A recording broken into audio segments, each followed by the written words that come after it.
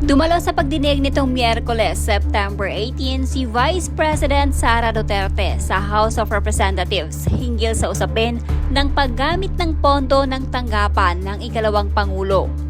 Nang magsimula ang oath-taking, tumanggi itong tumayo upang manumpa dahil anya, dumalo siya sa pagdinig hindi para maging witness kundi upang maging resource person. Wala umanong nakalagay na magiging witness siya sa imbitasyon na kanyang natanggap. Ayon umano sa kanyang pagkakaalala, tanging ang witness lamang ang manunumpa sa harap ng komite. Maring itinanggi din ng Vice Presidente ang mga paratang sa kanya tungkol sa umano'y pagwawaldas nito sa pondo na kanyang tanggapan. Ayon kay Vice President, kung kinakailangan umano magpasa ng kanilang tanggapan ng audit findings, ay handa siyang magpasa nito. Dagdag pa ng Vice Presidente ay ang nangyayaring imbestigasyon ng Kamara ay hindi dahil sa pondo kundi upang siya ay mapatalsik o ma-impeach sa kanyang posisyon. Ayon sa amin, resource persons kami. Ang ano po, considered as resource person po. Ang ano po? Kayo po. Kaya nga po. Yes po. Lahat po ino-oath po. Yes. Apo. Nakalagay po sa rules ninyo, witnesses. Nakalagay po dito ngayon sa table, resource persons. Lahat po considered as resource person and witness. Lahat po naman kayo, lahat resource person pa eh. Wala pa naman po tayong tinatawag na lahat po considered as resource person pa lang po. Right. Opo. Ang nasa rules ninyo, witnesses lang po ang nag-o-oath. Wala po kayong rules sa resource persons. Ma'am, ano lang po yun eh. Yung term lang po yun eh. Pero considered as resource person din po kayo eh. Yes, sir. Resource persons nga po Kayo nakalagay witness dito. din po at saka resource person po. Hindi nyo po sinabi na witness ako. Sinabi nyo po dito ngayon, resource persons. Ang nakalagay po sa rules ninyo, witness. Comsec, ano po yung pinadala po ninyo? Yun pong rules in aid of legislation. Mr. Chair, point of order. What is the point of order of the Honorable Congressman This issue about Papadal? witness, resource person, etc., etc. Ma'am, pakilakas lang po, hindi po marinig. Persons and accused has been taken up in previous legislative inquiries in aid of legislation. I want to quote a December 8, 2008 hearing in the Senate where Senator Miriam Defensor Santiago had an opinion on a similar situation, but she quoted a Supreme Court ruling. So,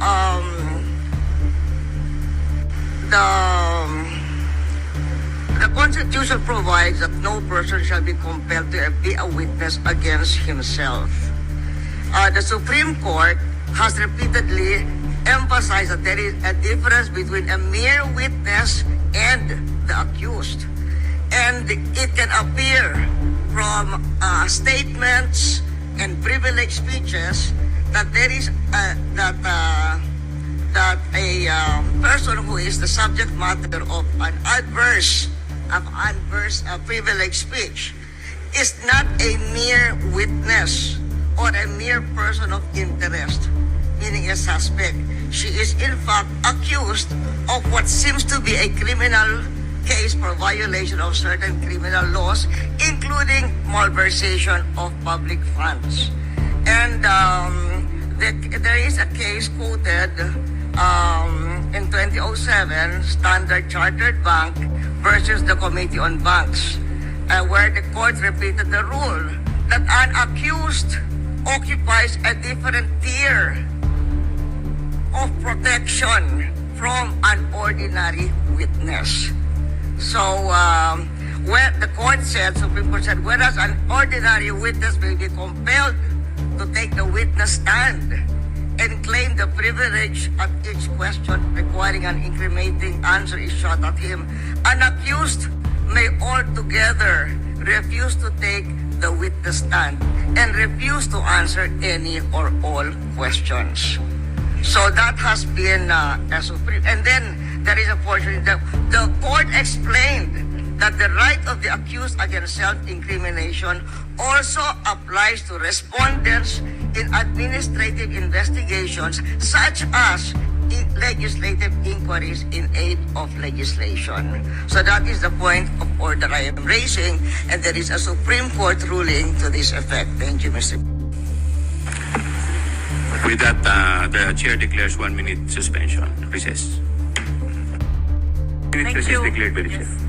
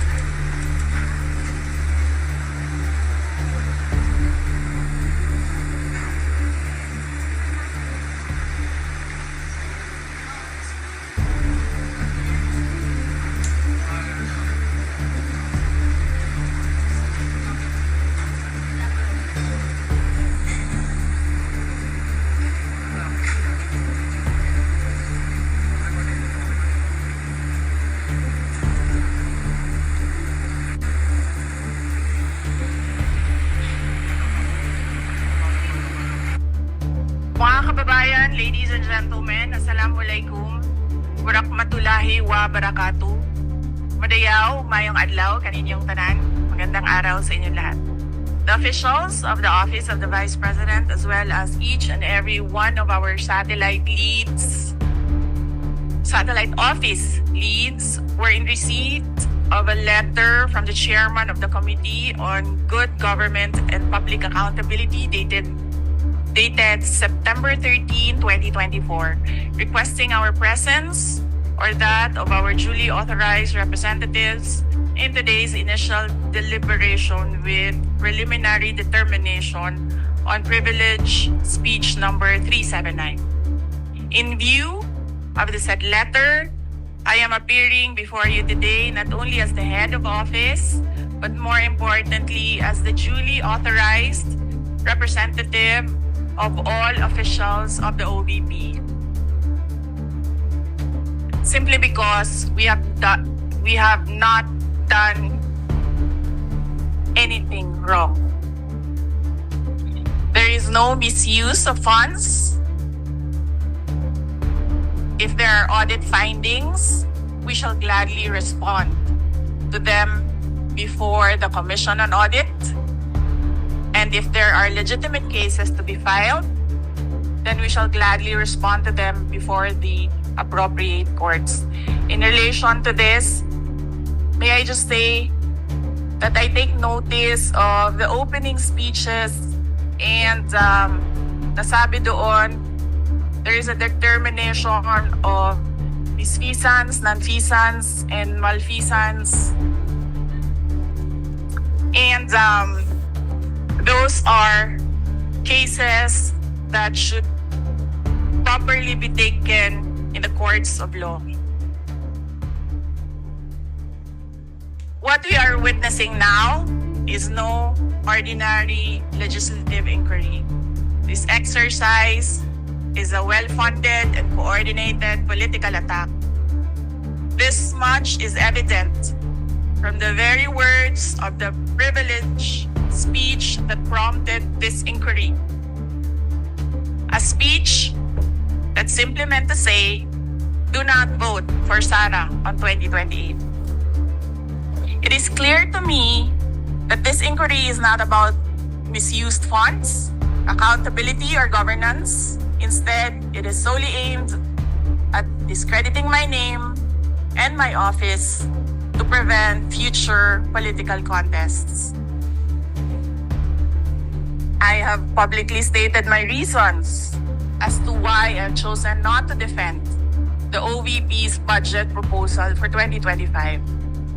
I have narrated the issues I encountered in previous years, which can easily be confirmed by looking at the NEP, the GAP, and the GAA for fiscal years 2023 and 2024.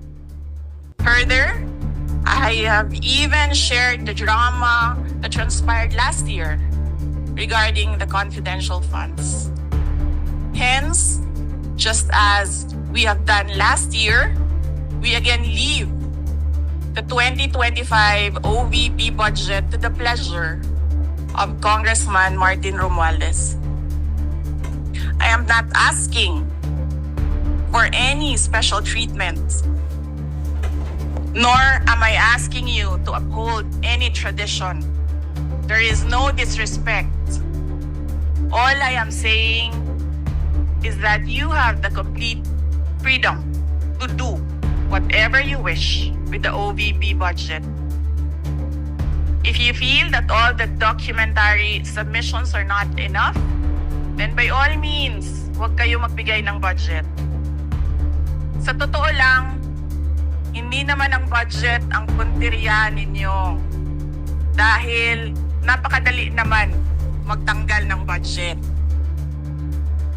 What you are trying to do is make a case for impeachment.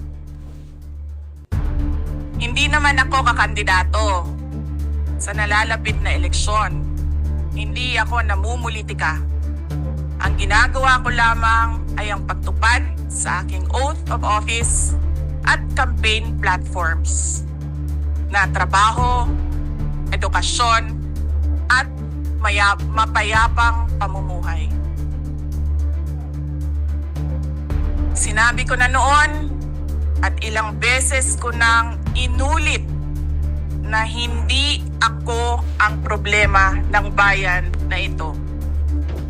Toong problema ng bayan ay kagutuman, kahirapan, illegal na droga, kriminalidad, terorismo, hindi na sapat na healthcare, kalidad ng edukasyon, kawalan ng plano ng infrastruktura para sa disasters, at marami pang iba. So, you may try to destroy me, you can skin me alive, and throw my ashes to the wind. But let it be known, you will find me unbound. I will continue to serve the Filipino people no matter the personal cost or political intrigue. Having said that, I will not allow myself to be subjected to an inquiry based on an empty privilege speech just so you can attack me and do indirectly what you failed to do directly during the budget hearings. I therefore request this committee to terminate this inquiry for its clear lack of any proposed legislation or substantive matter for discussion. Shukran.